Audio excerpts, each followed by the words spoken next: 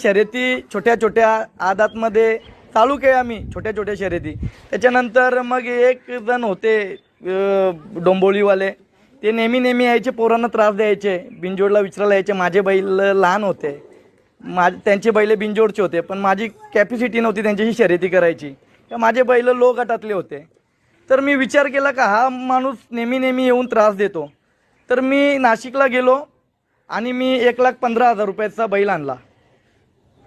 कोणता? चिमण्या, त्याचं नाव होतं चिमण्या. तर मी चिमण्या आणि जे सोडणार मामा आहेत आमचे चिंचवलीचे, त्यांनी एक त्यांचा बैल टाकला. मग मी त्यांची गाडी पकडली, सर्वात प्रथम पहिली गाडी. मी त्यांना 4 छकड्यात मारलं त्या चिमण्यामध्ये.